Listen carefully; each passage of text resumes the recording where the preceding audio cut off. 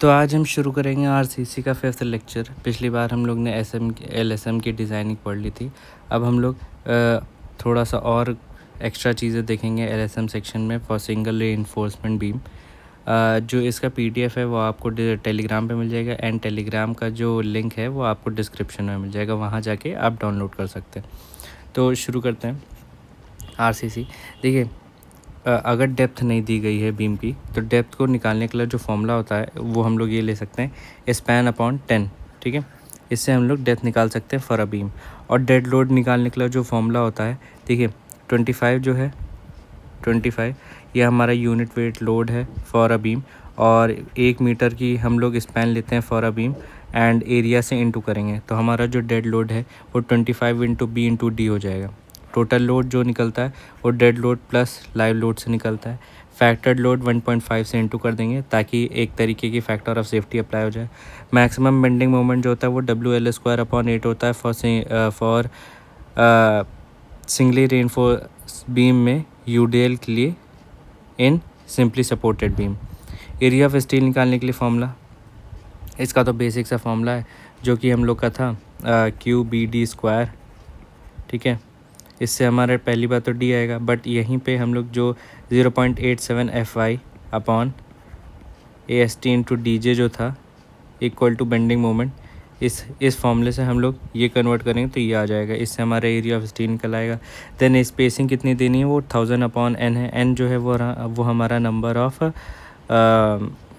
Bars है। ठीक है, फिर नंबर ऑफ बार्स निकालने के लिए जो फॉर्मूला होता है, area of steel equal to π/4 into D² into number of bars. ठीक है, ये सब एक दूसरे से कोरिलेटेड फॉर्मूला है। देन अब हम लोग डबली रेनफोर्स बीम पे आ जाते हैं। देखिए, डबली रेनफोर्स बीम कब प्रोवाइड की जाती है, when the over reinforcement section जब हो जाता है हमारा, तो हम लोग डबली रेनफोर्स प्रोवाइड कर देते हैं, इधर इन स्पाइट ऑफ या in place of providing over reinforcement section. ठीक है, क्यों प्रोवाइड किया जाता है, जब बेंडिंग मोमेंट अल्टीमेट जो होता है वो पार कर जाता है बेंडिंग मोमेंट रेजिस्टेंस को, जो हम लोग का डिज़ाइंड स्ट्रक्चर है उसको भी पार कर जाए। ठीक है, जो बेंडिंग मोमेंट आ रहा है स्ट्रक्चर पे, तब हम लोग डबली रीइंफोर्समेंट स्ट्रक्चर प्रोवाइड करते हैं। तो ये एक पेज ऐड कर लेते हैं। ठीक है, तो ये कैसा होता है पहले ये देखते हैं हम लोग। एक हमारे पास बीम होती है। ठीक है, इस बीम में यहाँ पे हम लोग ने सिंगली रेनफोर्स स्ट्रक्चर बनाया। फिर यहाँ पे जब हमारा ओवर रेनफोर्समेंट स्ट्रक्चर था तो हम लोग ने और भी प्रोवाइड कर दी in compression side of a section. ठीक है, अब यहाँ पे हम लोग बनाएंगे स्ट्रेस एंड स्ट्रेन का डायग्राम। तो ये हमारी न्यूट्रल एक्सिस हो गई, यहाँ पे नहीं बनाएंगे, यहाँ पे बनाते हैं।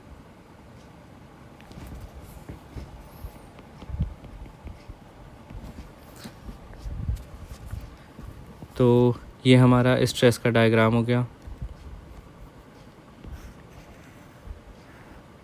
ठीक, ये हमारा स्ट्रेन का डायग्राम हो गया, स्ट्रेस का डायग्राम हो गया ये। ठीक,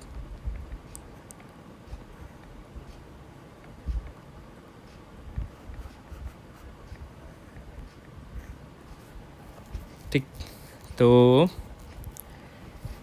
ये AST, ये हमारा हो गया ASC, क्योंकि area of steel in compression side. ठीक है, जो इसका कवर हो गया वो हम रिप्रेजेंट करेंगे DC से, effective cover in compression section. यहाँ पे जो हम कवर प्रोवाइड करेंगे वो प्रोवाइड करेंगे D इफेक्टिव। टोटल डेप्थ जो है वो हमारी है D। ठीक है, एंड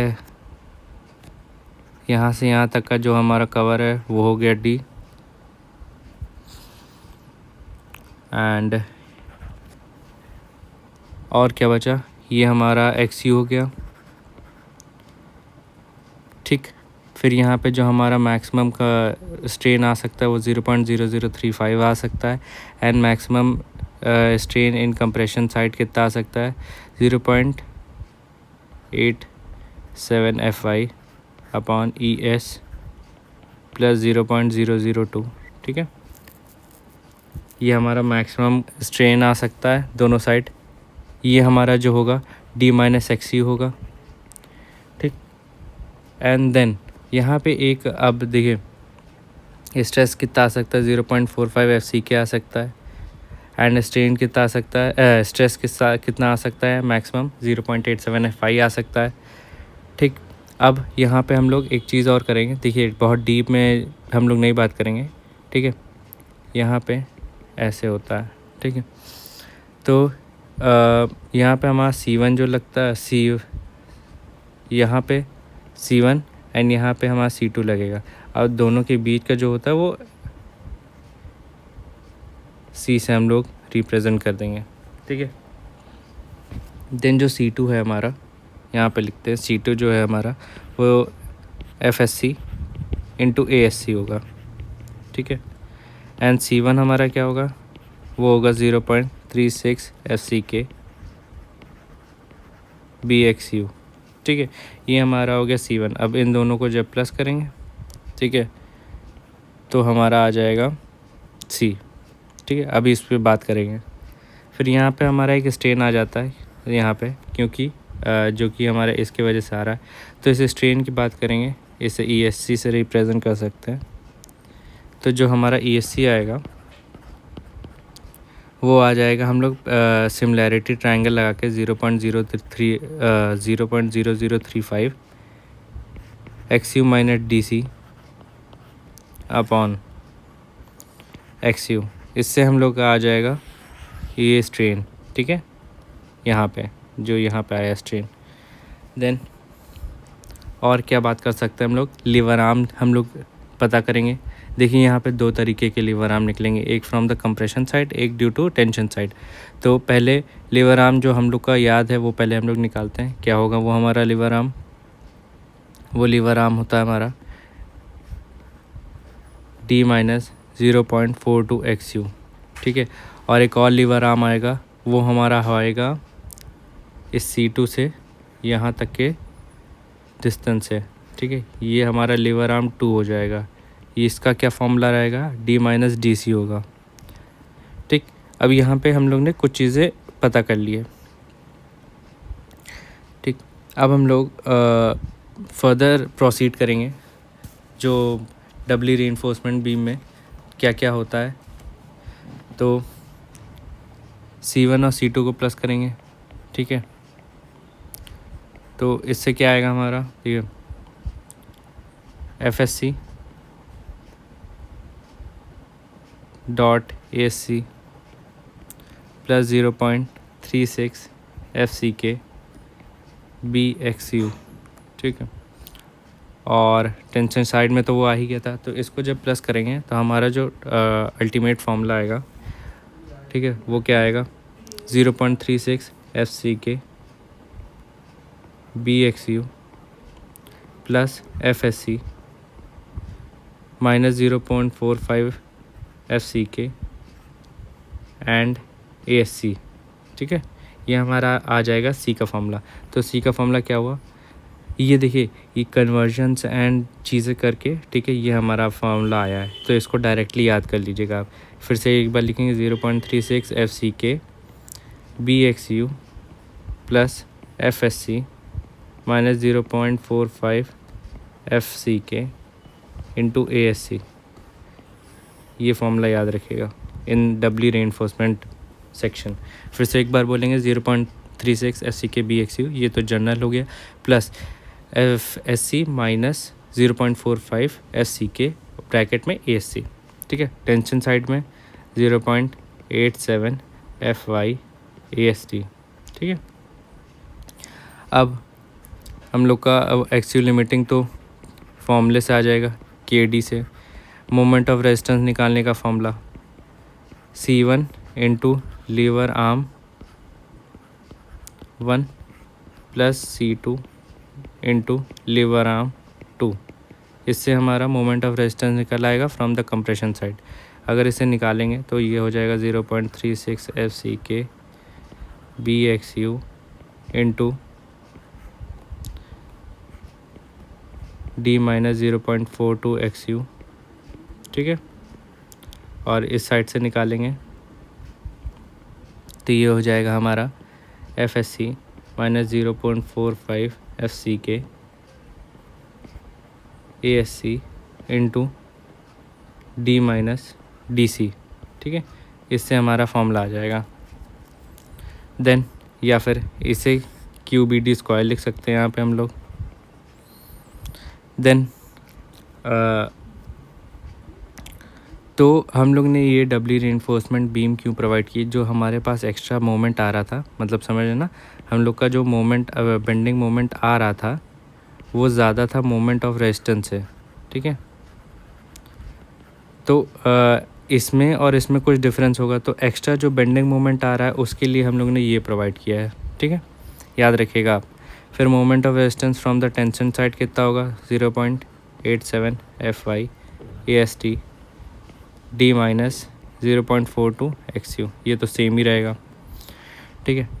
देन लीवर आर्म तो निकालने के लिए हम लोग सीख ही गए, और न्यूट्रल एक्सिस निकालने के लिए भी फॉर्मूला है। देन अगर दोनों को निकाल मतलब एक न्यूट्रल एक्सिस वो लिमिटिंग का हो गया के डी, ठीक है। एक न्यूट्रल एक्सिस होता है, एक्चुअल न्यूट्रल एक्सिस निकालना है तो कंप्रेशन और टेंशन साइड को एक दूसरे के इक्वेट कर देंगे, हमारा दोनों आ जाएगा, ठीक है। देन लीवर आर्म तो आपको पता ही चल गया क्या होता है, अब वापस आते हैं इस पर, ठीक है। Lever arm it is the distance between the compression force and the steel, ये तो बात कर ही ली थी हम लोग ने। Then maximum area of steel provided in the tension side या फिर कंप्रेशन साइड भी बोल सकते हैं, ठीक है। 4% प्रोवाइड किया जाता है in beam of the total area, याद रखिए ग्रॉस एरिया की बात हो रही है। Then area of steel minimum कितना प्रोवाइड किया जाता है, इसके लिए फॉर्मूला होता है 0.85 B D upon F Y, ठीक। वैसे तो ये फॉर्मूला ऐसे होता है, यहाँ पे बी डी होता है, बट उठा के यहाँ पे ले आए तो ऐसे हो जाएगा। तो याद रखिएगा ए एस टी मिनिमम कितना प्रोवाइड किया जाता है 0.85 बी डी, जो डी है वो हमारा इफेक्टिव डेथ है अपॉन एफ आई, ठीक है। जब इस फॉर्मूले में सब कुछ रखेंगे तो मैक्सिमम तो 4% की बात होगी, बट अगर 250 के लिए बात करेंगे या फिर 415, तो 415 के लिए इस फॉर्मूले में जब एफ आई की वैल्यू 415 रखेंगे तो 0.2505% ऑफ इफ़ेक्टिव एरिया का आएगा, ठीक है, याद रखिएगा, नहीं तो वहाँ पे निकाल लीजिएगा। Bending compression stress are calculated based on the gross area and tensile stresses are calculated on the net area, याद रखिएगा, बहुत इंपॉर्टेंट है। जो कंप्रेसिव स्ट्रेसेस हैं वो निकलते हैं on the basis of gross area, और जो टेंसाइल स्ट्रेसेस हैं वो निकलते हैं नेट एरिया से। ये किसी ना किसी पेपर में आया था, तो याद रखिएगा। देन हम लोग फर्दर डिस्कस करते हैं एरिया ऑफ स्टील से related he. Minimum horizontal distance between the long bars कितना होना चाहिए इन बीम, ये बीम के लिए भी अप्लीकेबल है और स्लैब के लिए भी अप्लीकेबल है, जैसे कि मैंने यहाँ पे लिख रखा है, ठीक है, आप ध्यान में रखिएगा। तो कितना मिनिमम हॉरिजॉन्टल डिस्टेंस रखते हैं बिटवीन द बार्स, याद रखिएगा larger dia of the bar या फिर 5 mm greater than the nominal size of the aggregate, ठीक है, और इसका मैक्सिमम साइज़ लेंगे। तो ये क्या बात कर रहा है, देखिए ये तो समझ गए होंगे कि लार्जर डाई ऑफ अ बार लेते हैं, ये 5 mm greater nominal max size of A coarse aggregate क्या है, जैसे हमारा जो कोर्स एग्रीगेट है उसका साइज़ है 10 mm, ठीक है, उसमें 5 mm और जोड़ देंगे, ठीक है, जो वैल्यू आएगी और इस वैल्यू लार्जर डाई बार, इन दोनों के कंपैरिजन में मैक्सिमम डाई लेंगे, तो याद रखिएगा, ठीक है। और maximum vertical distance between the bars कितना होता है, जैसे ये तो हॉरिजॉन्टल डिस्टेंस हो गया, बट वर्टिकल डिस्टेंस कितना होगा, तो इसके लिए भी हमारे पास IS कोड 456 ने हमें प्रोविजंस दिए हैं। तो वो कितना होता है larger dia of the bar या फिर 2/3 of the nominal aggregate size या फिर 15 mm whichever is max, याद रखिएगा। देन ये देखिए ये भी बहुत इंपॉर्टेंट है, देखिए जनरली ये तो टॉर्जन में प्रोवाइड किया, टॉर्जन से रिलेटेड क्वेश्चन है, बट टॉर्जन हम लोग नहीं पढ़ेंगे क्योंकि टॉर्जन से बहुत कम चांसेस होते हैं कि क्वेश्चन आए, तो इसलिए हम लोग यहीं पे पढ़ लेंगे। तो side reinforcement provided in the beam, कब साइड रीइंफोर्समेंट प्रोवाइड किया जाता है, देखिए जब depth of the web is greater than 750 mm in simple bending moment, याद रखिएगा सिंपल मोमेंट की बात हो रही है। टॉर्जन की जब बात होगी तो greater 450 mm, greater than 450 mm provide किया जाएगा। और provided minimum area is equal to कितना मिनिमम रीइंफोर्समेंट प्रोवाइड करेंगे, तो 0.1% ऑफ द वेब एरिया होगा and distributed equally on the both side, ठीक है। जैसे ये हमारा ऐसे है, ठीक है, तो यहाँ भी उतना ही प्रोवाइड करेंगे एंड यहाँ भी उतना प्रोवाइड करेंगे, 0.1% का आधा आधा, ठीक है। देन स्पेसिंग कितनी प्रोवाइड करेंगे, थिकनेस ऑफ द वेब या फिर 300 mm whichever is maximum minimum, ठीक है, विच एवर इज़ मिनिमम, याद रखिएगा। देन फर्दर डिस्कशन करते हैं। अब हम लोग टी बीम के बारे में पढ़ते हैं। देखिए टी बीम से बहुत, देखिए सिर्फ यहाँ से क्वेश्चन आता है टी बीम से, इसकी डिज़ाइनिंग से रिलेटेड क्वेश्चन नहीं आते हैं, तो हम लोग यहाँ पे ये जो है यहाँ पे पढ़ेंगे, ठीक है। देखिए दो तरीके की बीम होती है, एक आइसोलेटेड बीम होती है, एक मोनोलिथिक बीम होती है। मोनोलिथिक बीम क्या होता है, हमारी जैसे स्लैब है या फिर बीम है और कॉलम है, ठीक है, इसमें नहीं, अच्छा, ये हमारी जो स्लैब है, ठीक है, और हमारी जो बीम है, ठीक है, इन दोनों को एक साथ कंबाइन करके बनाया जाता है, तो ये हो गया हमारा मोनोलिथिक, ठीक है। और आइसोलेटेड में क्या होता है, हमारी या तो बीम ही होगी या तो सिर्फ स्लैब होगी, ठीक है। तो इसमें अब क्राइटेरिया बता देता हूँ क्या क्या है। ये हमारी टी बीम हो गई, ठीक है। अब जो हमारा फ्लैंज होता है, ठीक है, ये हमारा फ्लैंज हो गया, ठीक है, ये हमारा वेब हो गया, ठीक है। वेब जो होता है वो हमारा शेयर फोर्स को हैंडल करता है, फ्लैंज जो होता है वो हमारा बेंडिंग मोमेंट को हैंडल करता है। ये आप एज अ हैशटैग पॉइंट लिख लीजिएगा, ठीक है। फिर जो हमारा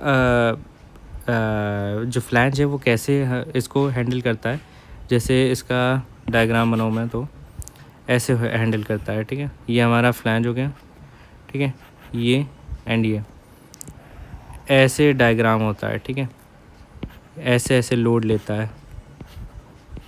तो जो इफ़ेक्टिव डेप्थ होती है ये मैक्सिमम लोड लेता है, ठीक है। लेकिन हम लोग ये तो जो प्रैक्टिकल तरीका है उसकी बात कर रहे हैं, बट ये हम लोग ऐसे ले लेते हैं, ठीक है। जो हम लोग ऑन थ्योरेटिकल पार्ट जैसे देखते हैं, ठीक है, तो ये हम लोग ऐसे कंपैरिजन करते हैं कि ये लोड ऐसे ले रहा है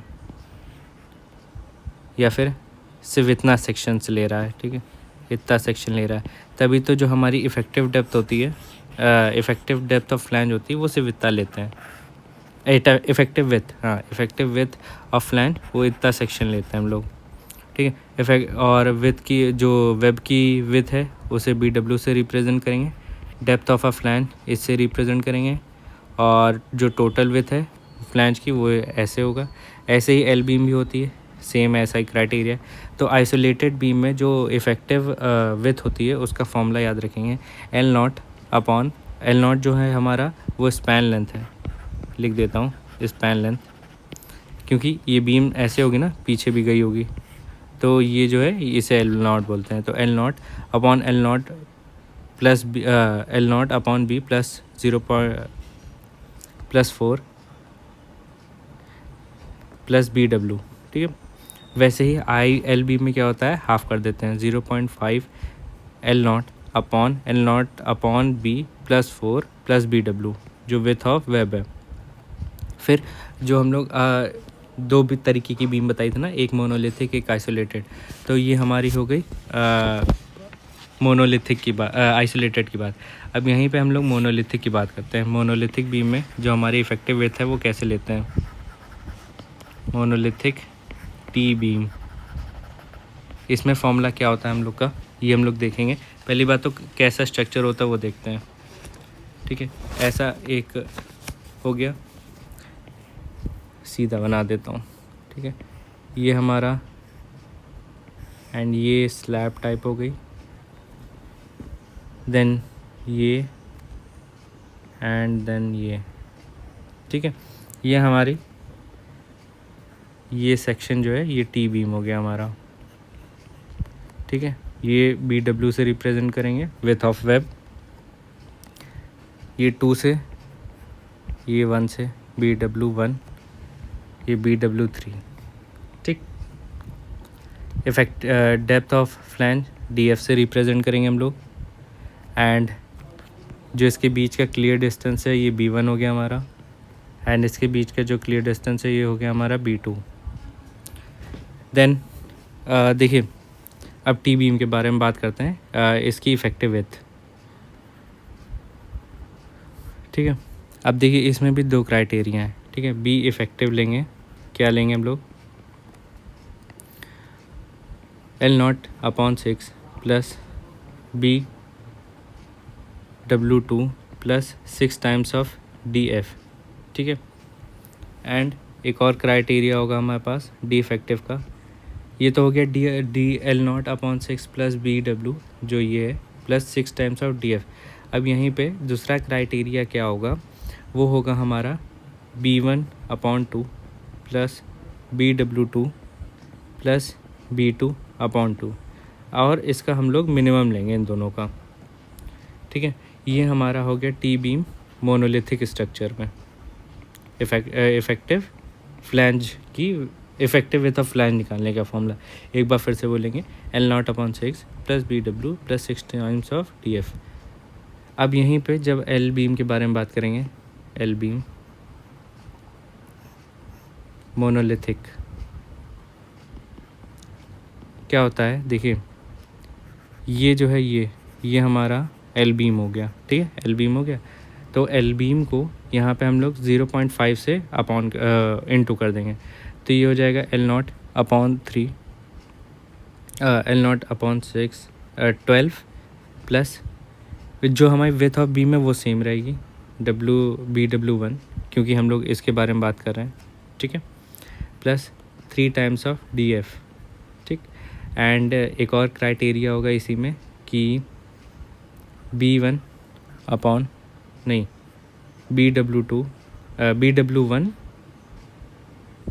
प्लस B1/2, ये कैसे हुआ, BW1 प्लस इसका हाफ, ठीक है, एंड इन तीन दोनों का मिनिमम, ठीक है, याद रखेंगे। देन L0 तो बताई गया था, distance between points of zero moment in the beam होता है, याद रखिए, या फिर क्लियर स्पैन, या फिर जो पीछे की लेंथ है उसे बोलते हैं। तो एक बार फिर से रिपीट मारेंगे, be effective for a T beam in monolithic structure, generally यही भूलते भी हैं, एंड ये इससे रिलेटेड बहुत क्वेश्चन आते हैं, तो आपको याद रखना बहुत ज़रूरी है। फिर से बोलेंगे 6 times L0/6 plus BW2 plus 6 times of DF, या फिर BW1/2 प्लस जो हमारा विथ है वेब की BW2 प्लस जो क्लियर स्पैन है B2/2, मिनिमम लेंगे दोनों का। L0 के लिए क्या होता है, L0/6 plus BW1 plus 3 times of DF। And दूसरा क्राइटेरिया क्या है, यहाँ पे जो ये है BW1 प्लस B1 का हाफ एंड दोनों का मिनिमम, ये हमारे पास सबसे इम्पॉर्टेंट पार्ट है for a T beam and L beam. देन SSB में जो हमारी एल इफेक्टिव की लेंथ है वो L लेंगे, ये तो हम लोग सोम में पढ़े हैं वैसे भी, या फिर अभी कॉलम में फिर से पढ़ेंगे।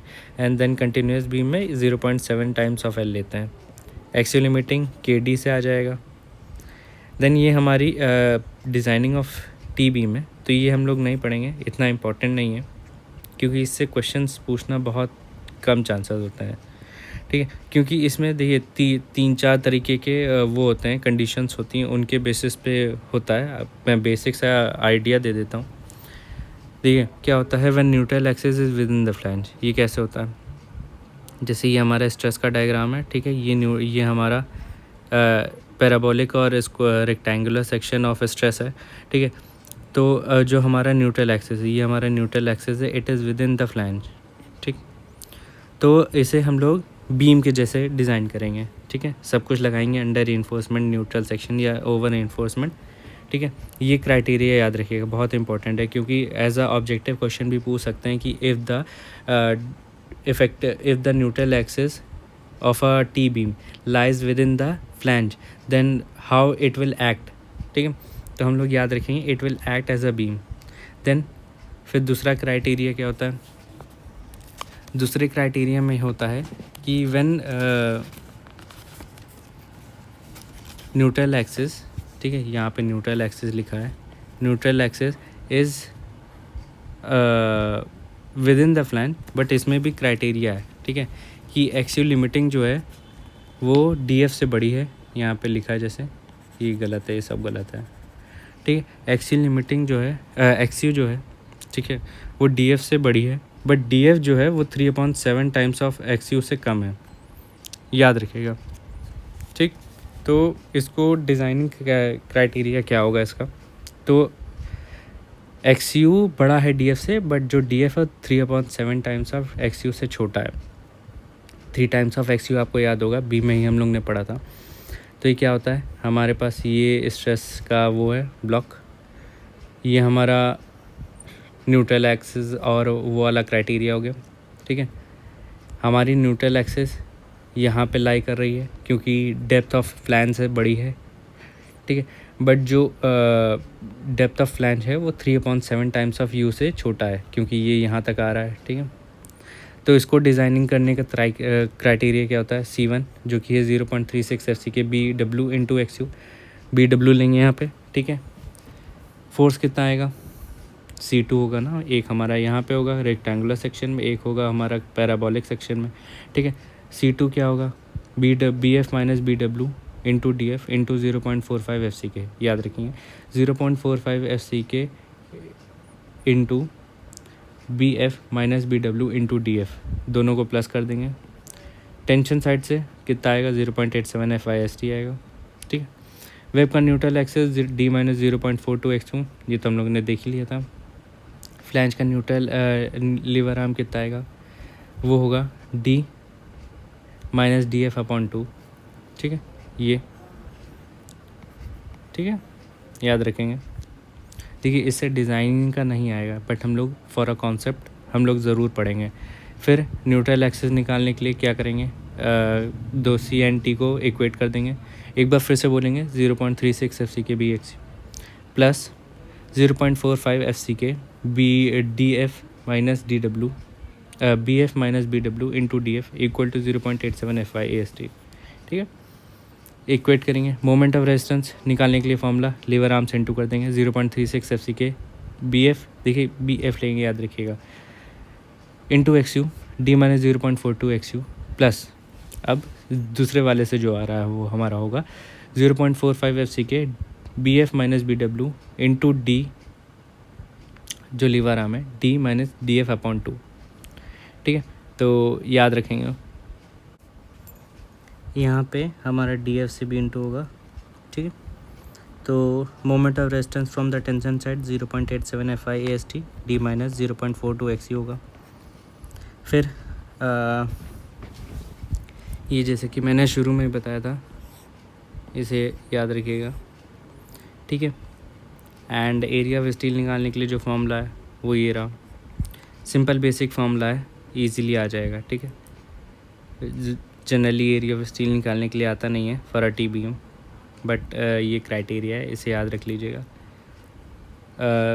एरिया ऑफ स्टील को इक्वेट करके देन थर्ड क्राइटेरिया क्या है, न्यूट्रल एक्सिस जो है वो वेब में है।